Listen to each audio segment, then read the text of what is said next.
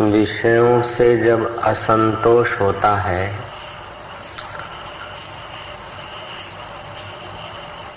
तब अनदेखे और अनुभव किए हुए ईश्वर पर आस्था जगती है।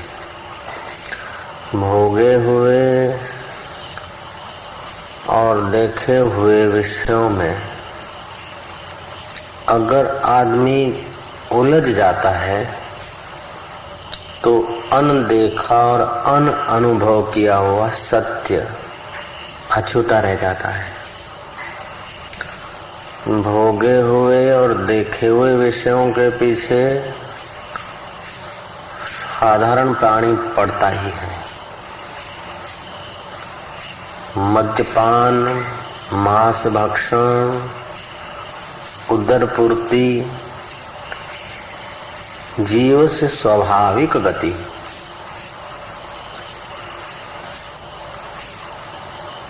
स्वाभाविक प्रवृत्ति, निवृत्ति महाफल। खाना पीना, भक्ष्य अभक्ष्य में फिसल जाना, ये जीव की स्वाभाविक गति मनुस्मृति है। लेकिन निवृत्ति महाफल। भोगे हुए में, देखे हुए में नश्वरता का दर्शन करके उनसे निवृत्त होना, ये महाफल। तो जो भोगे हुए देखे हुए में आस्था, भोगे हुए और देखे हुए में जब अतृप्ति का अनुभव होता है और अर्थहीन अनुभव होता है, तब बिन देखे में आस्था होती है। समझ रहे हैं ना? बिन भोगे में आस्था होती है और वही आस्था श्रद्धा, प्रेम, समर्पण, त्याग, सहन शक्ति, विवेक, वैराग, षट संपत्ति, मोक्ष की इच्छा, ये सब पैदा कर देती है। सारे अनर्थों का कारण है, सारे दुख और मुसीबतों का कारण है अहंकार। अहंकार आया कि अहंकार से आक्रांत होकर कोई कर्म करा तो पुण्य क्षीण होता है, शांति क्षीण हो जाती है, विवेक क्षीण हो जाता है। और विवेक क्षीण होता है तब भी अहंकार पुष्ट होता है। हकीकत में ईमानदारी से देखा जाए तो जो कुछ हमारे पास है, मकान, दुकान, जमीन, जायदाद, कोई भी चीज हमारी अपनी नहीं है। शरीर भी हमारा अपना नहीं है। तो ईश्वर की उस अनंत की वस्तु में अपनेपन का दावा करना ये बेईमानी है। तो ये बेईमानी अहंकार से होती है। तो उस अनंत ईश्वर, अनंत ब्रह्मांडों का अधिष्ठान स्वरूप जो ईश्वर है, उस ईश्वर की कुछ वस्तुएं लेकर उस पर हम लोग अपनी मोहर लगा देते हैं। ये बेटा मेरा है, चिंता आ जाएगी। 1000 बेटा अस्पताल में पड़े हो, 1000 बेटा लव मैरिज करते हो, बीमार पड़े हो, तंदुरुस्त हो, हवाई जहाज में उड़ते हो कि हवाई जहाज में गिरते हो, दुख सुख नहीं होता, मेरापन होता, उसका टेंशन होता है। 1000 गाड़ियां मोटर इधर उधर होती है, कोई दुख सुख नहीं होता। जहाँ मेरापन होता है वहां होता है। और मेरापन जितना प्रगाढ़ होता है उतना दुख सुख प्रगाढ़ होता है। मेरापन जितना छिछरा होता है, धुंधला होता है, दुख सुख उतना धुंधला होता है। और मेरापन नहीं है तो कोई दुख नहीं, कोई ममता नहीं। ईश्वर की अनंतता पर ध्यान न देकर अपने छोटे अहम को केंद्रित करके जीव देखे हुए, भोगे हुए विषयों के पीछे अपने को बहाता है तो छोटा हो जाता है, लाचार हो जाता है। और देखे हुए, भोगे हुए विषयों की नश्वरता, तुच्छता जब समझता है तब अनदेखे पर आस्था होती है और जीव धीरे धीरे धीरे धीरे ऊपर उठता है। फिर वो अव्यक्त को प्यार करता है, जो देखा नहीं और भोगा नहीं जाता, लेकिन उसमें अहम मिटाया जाता है, उसमें देखने वाले को ही तल्लीन किया जाता है। जिससे देखा जाता है उसको देखने के लिए आप स्वतंत्र नहीं रहता। जैसे अंधेरी कोठरियों में है तब तक तो फानस या टॉर्च की जरूरत है, अंधेरी कोठरियों से निकलने तक तो टॉर्च की जरूरत है। और बाहर सूरज को या पूनम के चांद को देखना है तो क्या टॉर्च करेगी भैया? सूरज को देखने के लिए टॉर्च क्या काम करेगी? ऐसे ही अनदेखे को जब देखने की इच्छा होती है तो जिससे अंधेरी कोठरियों में देखा जाता है, तो अंधेरी कोठरियों से बाहर आने तक टॉर्च की, फानस की जरूरत पड़ती है। फिर टॉर्च या फानस का प्रकाश उस प्रकाश में, सूर्य और चंद्रमा के प्रकाश में तिरोधायित हो जाता है। ऐसे ही देखे और भोगे हुए चीजों से जब आस्था उठ जाती है, उपरामता होती है, तो अनदेखे अनभोगे को पाने की इच्छा होती है। तो अनदेखे अनभोगे को पाने की जब इच्छा होती तो पाने वाला का अपना जो ढिमढिम है, टिमटिमाता जो है बुद्धि वृत्ति का प्रकाश, वो उसमें लीन हो जाता है, वो वही स्वरूप हो जाता है। तो हमारे चैतन्य स्वरूप परमात्मा से वृत्ति उठती है। तो जैसे भाला के नोक में तेज नोक होती ना, भाले की सुई की तेज नोक होती, ऐसे हमारी वृत्ति के अग्र भाग में, जैसे सुई के आगे भाग में, भाले की नोक के आगे भाग में, ऐसे ही हमारी वृत्ति के अग्र भाग में उस चिदाभास का प्रकाश होता है, परमात्मा के रिफ्लेक्स का। तो जहां जहां वृत्ति व्याप्ति होती है वहां वहां फल व्याप्ति होती है। फल व्याप्ति क्या? मैं यहां बैठा हूं,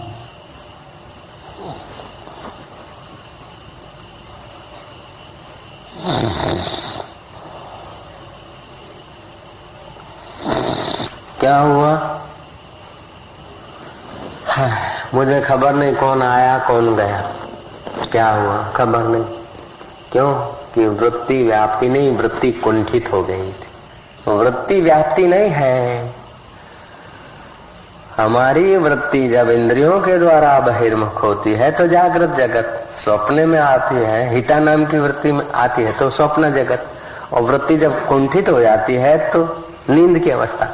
लेकिन वृत्ति जहां से उठती है वो अनदेखा है, अनभोगा है, उसको देखने की जब इच्छा होती है तो संसार को जब देखते हैं तो वृत्ति जहां जाती है तो वृत्ति के अग्र भाग में उस चेतन की किरण जाती। जैसे आप पूरे जाते और आपके हाथ में बैटरी है तो बैटरी के अग्र भाग में बल्ब, और बल्ब के भी अंदर वो जरा सा बल्ब का प्रकाश फैलाने वाला कैसा है? आप इतने बड़े, अरे रेलवे स्टेशन, रेलवे ट्रेन को समझ लो, इतनी बड़ी ट्रेन है और आगे लाइट, और लाइट का इतना जो फॉक्स है उसमें इतनी थोड़ी लाइट होती। फॉक्स में बल्ब होता है और बल्ब में भी तार होती लाइट की कुछ, तो वो जलती। तो ऐसे आपकी जो वृत्ति है तो वृत्ति के अग्र भाग में चेतन का प्रकाश, इससे पता चलता है। तो वृत्ति तुम्हारी वस्तु के आवरण को भंग करती। जैसे घड़ा है तो आपकी वृत्ति ने घड़े के ऊपर जो आवरण था, आपके और घड़े के बीच जो पता नहीं चलना था, वो वृत्ति ने पता चलाया। आंखें बंद है तो घड़ा है तो आपको क्या पता? तो वृत्ति, आंख खुली और वृत्ति गई, आवरण भंग हुआ। जैसे अंधेरा है तो टॉर्च मारी तो उतना अंधेरा भंग हुआ और वो वस्तु दिखी, ये दिखी, वो दिखी, तो बाकी का अंधेरा है। जहां जहां बैटरी गई वहां वहां वो चीज दिखी। ऐसे ही जहां जहां तुम्हारी वृत्ति जाती है तहां तहां वृत्ति के अग्र भाग में वो तुम्हारा चैतन्य फल व्याप्ति होती। तो चंदा को, सूरज को, इसको, उसको, जिसको देखते सुनते हो, तो जहां जहां सुनने में वृत्ति जाएगी। आप देख रहे एक तक तो सुन नहीं पाएंगे, सुन रहे एकदम ध्यान से तो पास से कौन गुजर गया वो नहीं देखेंगे, सोच रहे हैं तो देख भी नहीं सकेंगे, सुन भी नहीं सकेंगे। वृत्ति जहां है वहीं तो आप देख सकते हैं, सुन सकते हैं। वृत्ति बिखरी है तो सब थोड़ा थोड़ा साथ में होता है। तो वृत्ति व्याप्ति जहां होती है वहां वृत्ति के साथ चिदाभास होता है, उसे फल व्याप्ति कहते हैं वेदांत की भाषा में। तो इतर चीजों को तो वृत्ति व्याप्ति से आप देखोगे।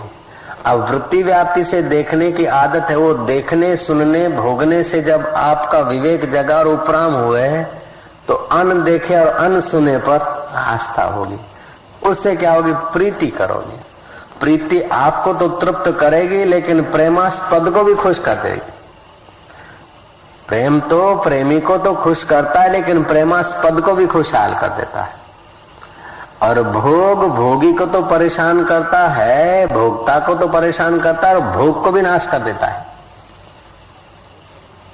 भोग भोक्ता को तो शक्तिहीन कर देता है लेकिन भोग को भी नाश करता है।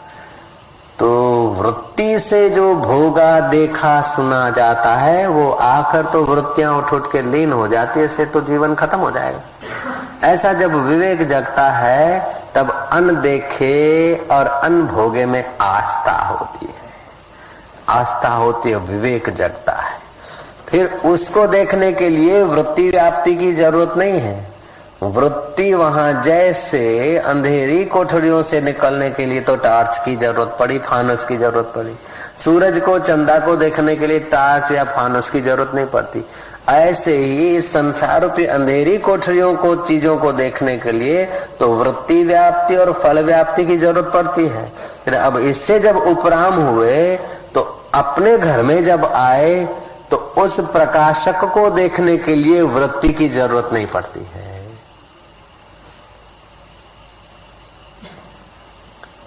कब जरूरत नहीं पड़ती है?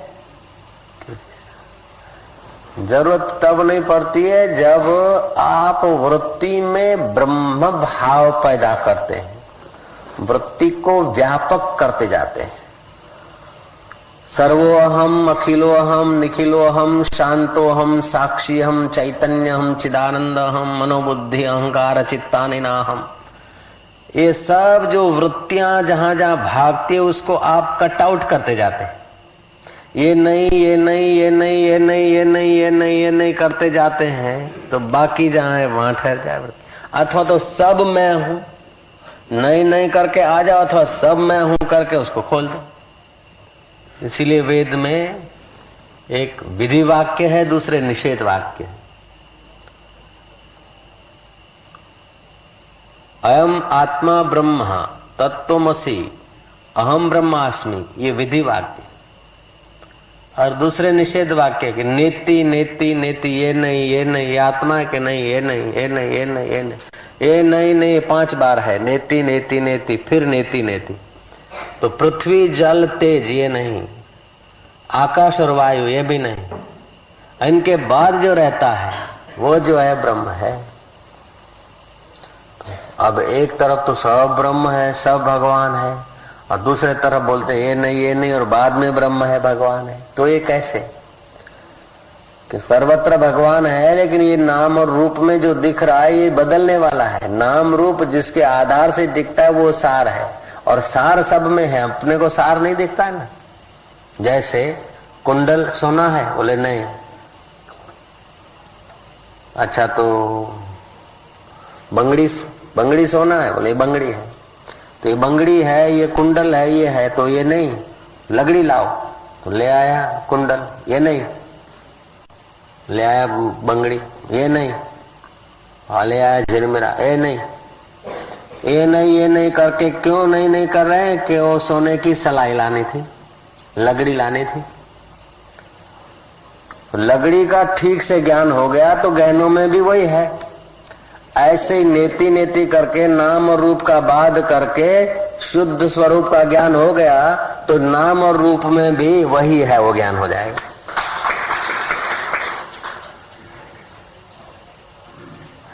पहले ही अगर कह दे सब वही है तो जो आए वो खाओ, जो आए वो पियो, जैसा आए वैसा करो, तो अंदर का सुख नहीं मिलेगा तो बाहर का सुख भोगे बिना रहेगा नहीं।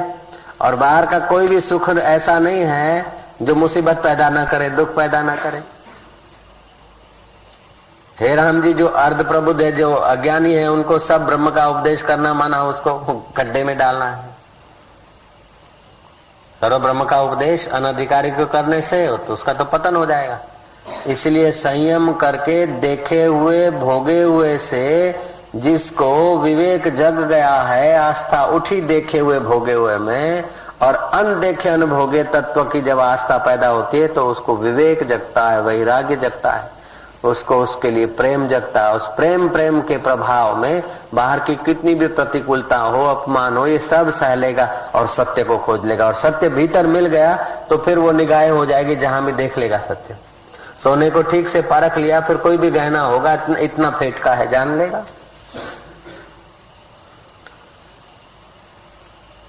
तो बड़ी अड़चन आती है अहंकार है, उस सब उस एक सत्ता का, परमात्मा का है, लेकिन हम अपना मान लेते हैं और जितने जितने का अपना दायरा बना लेते हैं उतना उतना हमको बांधता है। इसलिए दायरा तो भले रहे, लेकिन बाहर का अपना अपना व्यवहार तो ठीक फर्ज संभल के करो, लेकिन दायरा बाउंड्री मजबूत नहीं कर, बाउंड्री खुली रखो। जितनी बाउंड्री अच्छा, तो इसमें भी दो रास्ते। एक तो ये है कि बाउंड्री आप रखो ही मत, हटा दो। अगर हटा नहीं सकते तो बाउंड्री को बड़ा कर दो। देह को मैं मानते हैं और देह के काम आने वाली वस्तु मेरा मानते हैं तो बिल्कुल संकीर्ण अहम रहेगा। इससे परिवार को मेरा मानो तो थोड़ी वृत्ति बढ़ेगी। इसकी अपेक्षा जाति को अपना मानो तो वृत्ति बढ़ेगी। इसकी अपेक्षा तहसील के लोगों को अपना मानो तो और वृत्ति बढ़ेगी। राज्य में अपनत्व कर दो तो और वृत्ति बढ़ेगी। राष्ट्र में अपनत्व कर दो तो और वृत्ति बड़ी हो जाएगी। विश्व में अपनत्व कर दो तो वृत्ति और बड़ी हो जाएगी। और ब्रह्मांड में अपनत्व कर दो तो वृत्ति और बढ़ जाएगी। इससे तुम्हारा वृत्ति जितनी व्यापक होती है उतना सुख ज्यादा होता है। इसीलिए जो कुटुंब के पालू अर्थ के बैल होते हैं ना, कुटुंब पालू, उनकी अपेक्षा जाति या समाज की सेवा करने वाला आदमी ज्यादा सुखी होता है, मस्त होता है। और जातीयता और समाज के दायरे से भी जो आगे खुला है मानवता के लिए, वो और ज्यादा सुखी होता है और प्रभावशाली होता है। जयराम जी की। और महाराज जो देश और परदेश की सीमाएं चित्त में अंकित नहीं करता, मानव मात्र के लिए जिसकी वृत्ति व्यापक हो गई उसका और प्रभाव होता है। जीव मात्र के लिए जिसकी वृत्ति व्यापक हो गई उसका और प्रभाव होता है। और वृत्ति इतनी बड़ी कि वृत्ति एकदम वृत्ति नहीं बची, वृत्ति व्याप्ति की जरूरत नहीं पड़ी। महाराज वृत्ति जहां से उठती है वो स्वरूप ही साक्षात्कार हो। तो देखा हुआ और भोगा हुआ, इनसे जो भी सुख मिलता है वो एक अल्प है, वो सुख शाश्वत है और पूर्ण है। और उससे कितना भी सुख निकलता है फिर भी उतने का उतना, और सारा कितना भी उसमें और कुछ पड़े तो भी उतने का उतना। इसीलिए ऋषि कहता है पूर्णमदः पूर्णमिदम्, वह पूर्ण है। अनंत अनंत विचार निकलते, अनंत अनंत वृत्तियां निकलते, फिर भी वो पूर्ण का पूर्ण। और अनंत वृत्ति हर रोज शांत हो जाती, लय हो जाती। अनंत वृत्तियां तुम सुन सुन के उसमें लय कर देते तो भी पूर्ण का पूर्ण है। कितनी वृत्तियां तुम्हारी निकलती है तब भी वो वैसे का वैसा, और कितने विचार तुम्हारे अंदर पड़ते हैं तभी भी वो वैसे का वैसा, साक्षी वैसे का वैसा, दृष्टा वैसे का वैसा। जो वैसे का वैसा है, एक रस है, वो मैं हूँ, वो मेरा परमात्मा है, सच्चिदानंद है। और ये शरीर में हूँ, ये वस्तु मेरी है, ये घर मेरा है, ये वार मेरा है। ये जितनी जितनी पकड़ अंदर से मजबूत होगी उतना चिंता भय शोक होगा। इसलिए घर में जो कुछ भोजन मिला खा लो, जो धन संपत्ति आ गई तो आ गई, जो रह गई वो रह गई, जो घट गई वो घट गई। अपना यत्न करो, लेकिन अंदर से कहे इसी का नाम ये संसार है। इसने अपमान कर दिया, इसने ये कर दिया, वो कर दिया, उस बात को दोहराकर अपनी वृत्ति को बिखेरो नहीं। अपनी वृत्ति जहां से उठती है उस परमात्मा को स्नेह करके वृत्ति वहां लगाओ। वृत्ति वहां लगाने से काम बन जाता है। फिर कृष्ण का भक्त है तो कृष्ण राजी है, और राम के भक्त हो तो राम राजी है, झूलेलाल के भक्त है तो झूलेलाल राजी। झूलेलाल राम कृष्ण ये सब वृत्ति ठहराने के लिए चित्र हैं।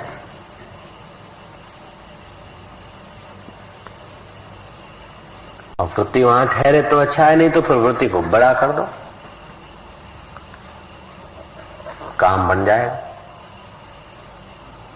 वृत्ति को है तो अनंत की चीज है, और वृत्ति को सीमित कुंडाला बना दिया है। ये मेरी जाति, ये मेरा घर, ये मेरा परिवार और ये मेरा कर्तव्य। बेटों को पाला पोसा, खिलाया पिलाया, शादी कराया, बस ये मेरा कर्तव्य है। इसमें फंस गए, आपने बाउंड्री बना दी। इसीलिए दूसरे के गरीबों के बच्चों को खिलाना पिलाना देना वो दान माना जाता है। दान क्या माना जाता है? तो उनको दोगे तो उधर कोई बैठा है तुमको दे दे। वृत्ति तुम्हारी बड़ी हो जाएगी, तुम जहां जाओगे वहां तुम्हारे लिए सुखद हो जाएगा। बाकी तुमने 2 मन दाना दिया तो 10 मन दाना कहीं उधर थोड़े तोल के कोई दे देगा। नहीं, तुम्हारी वृत्ति बढ़िया हो जाएगी, जहां जाओगे वो फिर अपने आप एक दूसरे की वस्तुएं आकर्षित कर देती।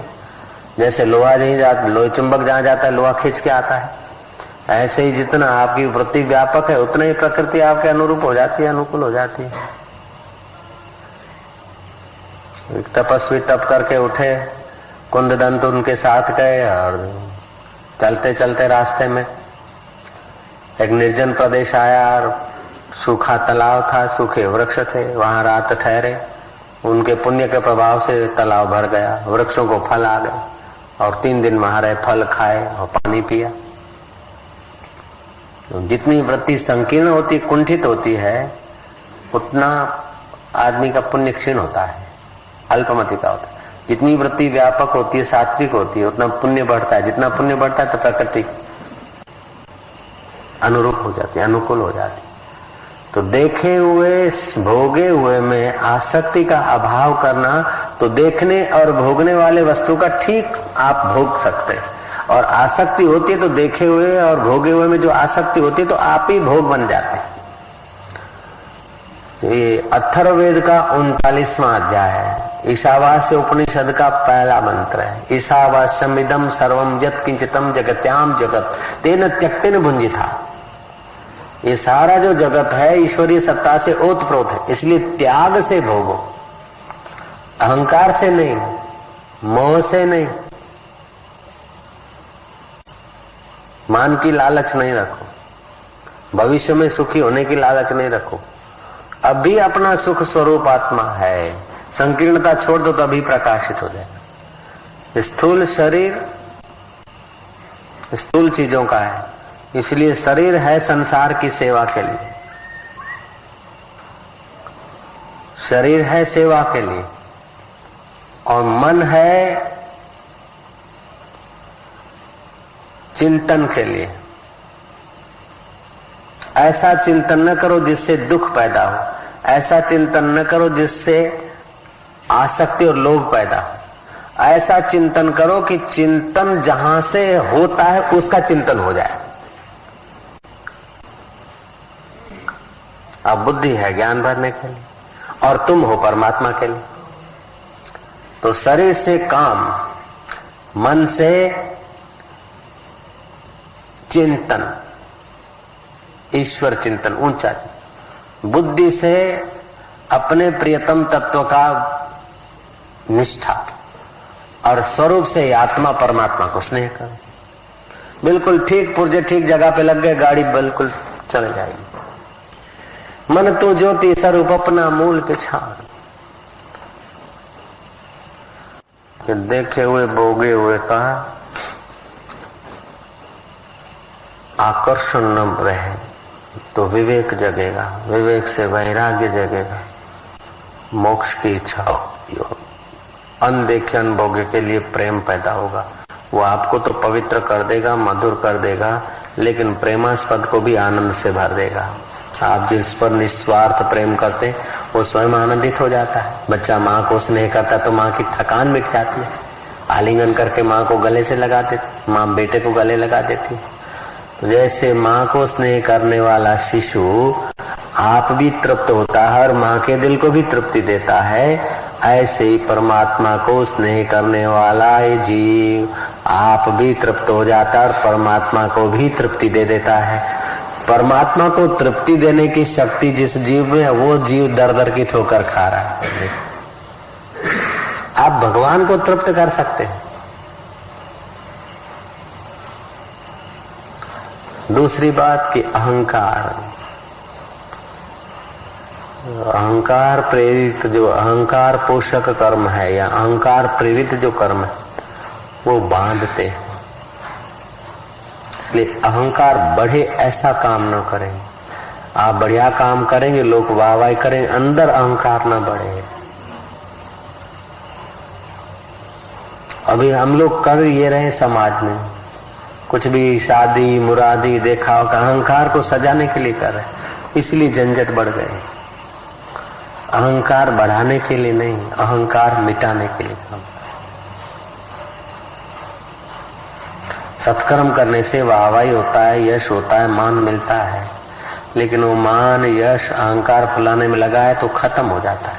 और वही मान अपना तो जीव का तो स्वतंत्र कुछ नहीं है। आपने कुछ दिया या किसी की सेवा के तो आपका अपना तो कुछ नहीं भैया, शरीर भी तो अपना नहीं है, तो अपना क्या है? ईश्वर की कुछ चीजें चुरा कर अपनी मोहर मार देते। जल उसी का, तेज उसी का, वस्तु उसी की, अन्न खाया तो उसी का, तो रस भी उसी का, तो रजवीर्य भी उसी के अन्न रस से मिले, तो उसी से बेटे बने। हम बेटा मेरा है, मेरा है। उन बेटों की चिंता है, 2 बेटों की तो 4 बेटों की, बाकी की नहीं। तो गलत मोहर मार दिया ना, इसलिए चिंता है। और फिर उनका उतना विकास भी नहीं होता जितनी अपने चिंता करते, तो विकास उनका रुक जाता है। व्यवस्था करो, चिंता नहीं। तो मेरे पने की मोहर जो प्रगाढ़ है ना, वो दुख देती है। आश्रम मेरा है, सी मोह है, ममता है, अहंकार है तो दुख देगा। बाहर से कहो डट के मेरा है, लेकिन अंदर से समझो कि शरीर भी मेरा नहीं है, आश्रम मेरा कहाँ से, घर मेरा कहाँ, फैक्ट्री मेरी कहाँ, पत्नी मेरी और पति मेरा है। ये सब बेवकूफी की बात है, ये सब चला चली का मेला है। जैसे जल में बुदबुदे पैदा होते हैं, लीन होते जाते, ऐसे ही सब 5 भूतों में पैदा हुए और उसी में लीन हो रहे। ये औरत मेरी है, ये बेटे मेरे हैं, ये बाप मेरा है, ये मकान मेरा है।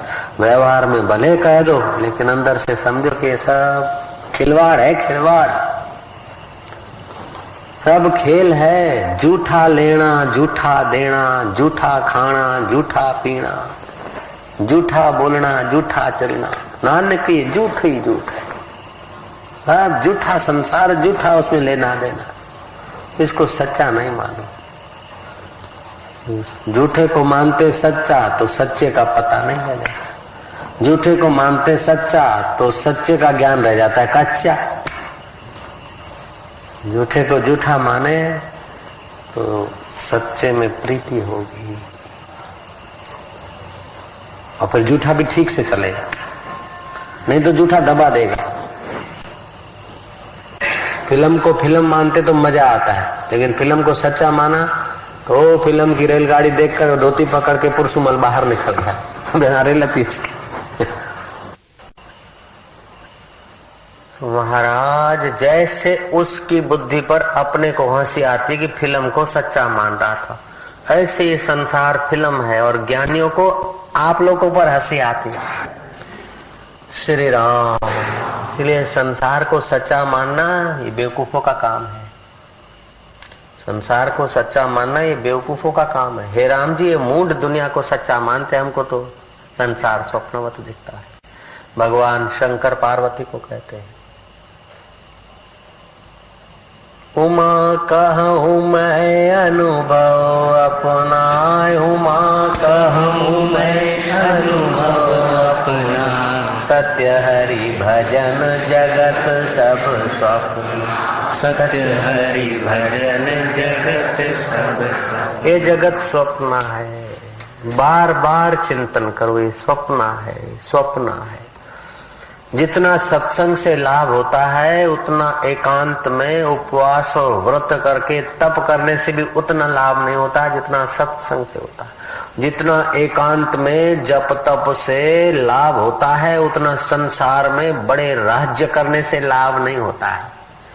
संसार का वैभव संभालने और भोगने में उतना लाभ नहीं होता जितना एकांत में जप तप करने से लाभ होता है। और जप तप करने से उतना लाभ नहीं होता जितना सत्संग से लाभ होता है। और सत्संग में भी स्वरूप अनुसंधान से जो लाभ होता है वो किसी से नहीं होता। इसलिए बार बार स्वरूप अनुसंधान करता रहे। ओम देखे हुए भोगे हुए में आस्था हटा दो। जो देखा जो भोगा, अच्छा भोगा बुरा भोगा, अच्छा देखा बुरा देखा, सब मार गोली, सब स्वप्न है।